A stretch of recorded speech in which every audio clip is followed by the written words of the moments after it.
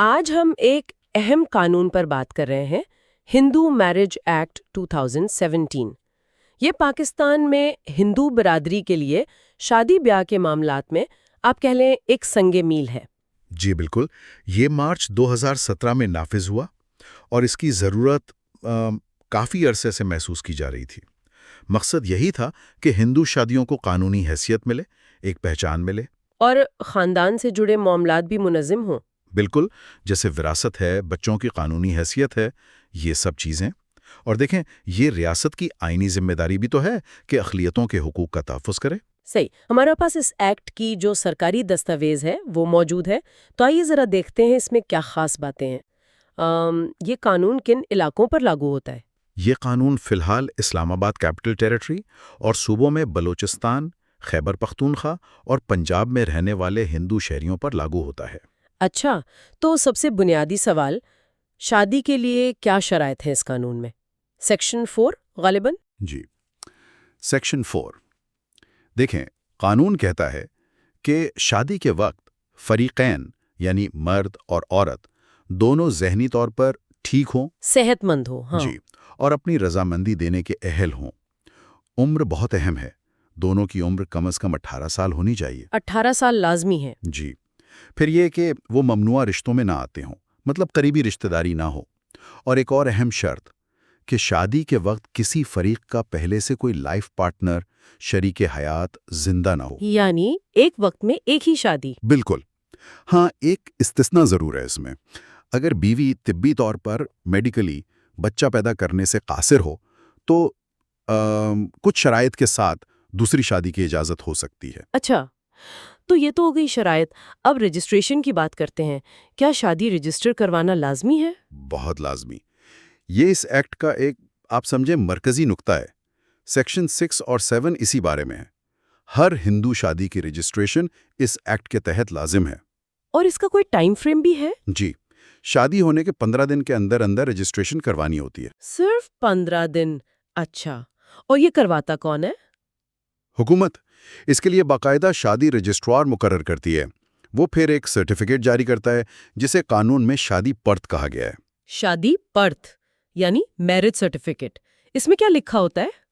اس میں ساری ضروری تفصیلات ہوتی ہیں، دولہا دلہن، ان کے والدین کے نام، شناختی کارڈ نمبر، پتے، تاریخ پیدائش، پھر شادی کی تاریخ اور جگہ، اور گواہوں کے دستخط وغیرہ۔ مطلب ایک مکمل قانونی دستاویز۔ یہ تو بہت اہم ہے، اس سے تو کافی قانونی پیچیدگیاں کم ہوتی ہوں گی۔ لیکن ظاہر ہے شادی شدہ زندگی میں کبھی کبھی مسائل بھی آ جاتے ہیں، تو اگر میاں بیوی میں نباہ نہ ہو سکے تو قانون کیا کہتا ہے؟ ہاں، قانون نے اس کا بھی احاطہ کیا ہے۔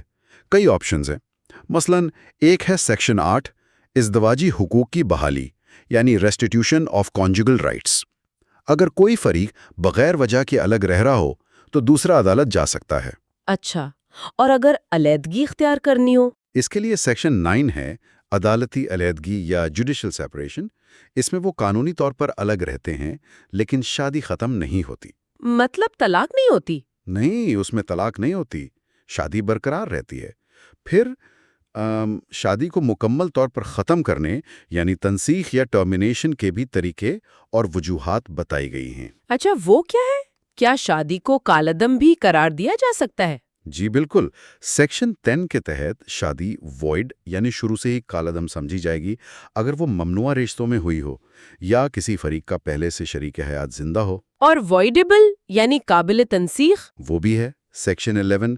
اس کی وجوہات ہیں جیسے نامردی یا شادی کے وقت عمر 18 سال سے کم ہونا، یا اگر رضامندی زبردستی لی گئی ہو یا دھوکہ دہی سے شادی ہوئی ہو۔ اور باقاعدہ شادی ختم کرنے یعنی جسے ہم ٹرمینیشن یا طلاق کہہ سکتے، اس کی کیا بنیادیں ہیں؟ سیکشن 12؟ جی، سیکشن 12 میں کافی تفصیلی وجوہات ہیں، مثلاً ظلم و ستم یا 2 سال سے زیادہ عرصے تک بغیر وجہ کے چھوڑ دینا یعنی ڈیزرشن۔ اچھا، یا پھر ایک فریق کا مذہب تبدیل کر لینا، کوئی لا علاج قسم کی دماغی بیماری یا کوڑ جیسی بیماری، یا کوئی متعدی جنسی بیماری جو خطرناک ہو، اوہ، یا اگر کوئی دنیا ہی تیاگ دے، سنیاسی بن جائے، یا پھر اگر عدالتی علیحدگی ہوئی تھی اور 1 سال گزرنے کے بعد بھی تعلقات بحال نہ ہوئے ہوں۔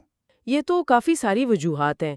کیا بیوی کے لیے کچھ اضافی گراؤنڈز بھی ہیں؟ جی ہاں، بیوی کے لیے کچھ مزید بنیادیں ہیں، جیسے اگر شوہر نے اس سے پہلے کوئی شادی کی ہوئی تھی اور وہ بیوی زندہ ہے، یا شوہر نے 2 سال تک نان نفقہ نہ دیا ہو، یا شوہر کو کسی جرم میں کم از کم 4 سال قید ہو گئی ہو۔ اچھا، ایک اور اہم بات ہے کہ اگر لڑکی کی شادی 18 سال سے کم عمر میں ہوئی ہو تو وہ 18 سال کی ہونے سے پہلے پہلے اس شادی کو مسترد کر سکتی ہے۔ یہ تو بہت اہم تحفظ ہے۔ اور کیا آپس کی رضامندی سے بھی شادی ختم ہو سکتی ہے؟ جی، سیکشن 15 باہمی رضامندی سے بھی شادی ختم کرنے کی گنجائش رکھی گئی ہے۔ تو یہ تو ہو گئے علیحدگی اور خاتمے کے پہلو۔ اس کے علاوہ قانون میں اور کیا اہم باتیں ہیں؟ مالی تحفظ وغیرہ؟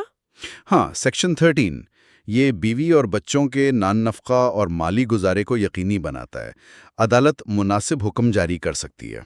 اور کیا علیحدگی یا شادی ختم ہونے کے بعد دوبارہ شادی کی اجازت ہے؟ جی بالکل، سیکشن 16 کہتا ہے کہ فریقین دوبارہ شادی کر سکتے ہیں۔ خاص طور پر سیکشن 17 میں ہندو بیواؤں کو یہ حق دیا گیا ہے کہ وہ شوہر کی وفات کے 6 ماہ بعد اپنی مرضی سے دوبارہ شادی کر سکتی ہیں۔ یہ تو بہت مثبت قدم ہے۔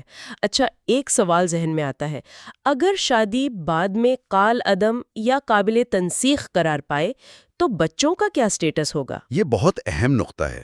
سیکشن 18 واضح کرتا ہے کہ ایسی شادیوں سے پیدا ہونے والے بچوں کو جائز یعنی لیجیٹمیٹ تسلیم کیا جائے گا۔ ان کے حقوق متاثر نہیں ہوں گے۔ یہ واقعی بہت ضروری ہے۔ اور جو شادیاں اس قانون کے آنے سے پہلے ہوئی تھیں ان کا کیا بنا؟ سیکشن 19 کے مطابق اس ایکٹ سے پہلے ہونے والی تمام ہندو شادیاں درست سمجھی جائیں گی۔ ان پر سوال نہیں اٹھایا جائے گا۔ ٹھیک ہے، تو قانون تو کافی جامع لگتا ہے۔ کیا اس کے خلاف ورزی پر کوئی سزائیں بھی ہیں؟ جی ہاں، سزائیں بھی ہیں۔ مثلاً سیکشن 20 بگیمی یعنی پہلی بیوی کی موجودگی میں دوسری شادی کرنا، اس پر سزا ہے۔ اچھا، اسی طرح سیکشن 21 کم عمری میں شادی کرنا یا ممنوعہ رشتوں میں شادی کرنے پر بھی سزا ہے۔ اور سیکشن 23 کے تحت رجسٹریشن کے قوانین کی خلاف ورزی جیسے جان بوجھ کر رجسٹر نہ کروانا یا شادی پڑتے میں غلط معلومات دینا، ان پر بھی جرمانہ اور قید ہو سکتی ہے۔ اور ان معاملات کو کون سی عدالتیں دیکھتی ہیں؟ سیکشن 22 کے مطابق یہ سارے معاملات فیملی کورٹس کے دائرہ اختیار میں آتے ہیں۔ تو خلاصہ کریں تو ہندو میرج ایکٹ 2017 پاکستان میں ہندو برادری کے لیے شادی کے حوالے سے ایک مکمل قانونی ڈھانچہ فراہم کرتا ہے۔ رجسٹریشن، شرائط، علیحدگی کے طریقے، مالی تحفظ، دوبارہ شادی کا حق، بچوں کے حقوق، سب کا احاطہ کیا گیا ہے۔ جی، قانونی طور پر تو یہ ایک بہت جامع اور مثبت پیش رفت ہے، لیکن اصل سوال جو اب بھی اہم ہے اور جس پر مزید غور کی ضرورت ہے وہ یہ ہے کہ زمینی سطح پر اس کا نفاذ کتنا مؤثر ہے۔ آپ کا مطلب ہے عملی چیلنجز؟ بالکل، کیا رجسٹریشن کا عمل واقعی اتنا آسان ہے، خاص طور پر دیہی یا دور دراز علاقوں میں؟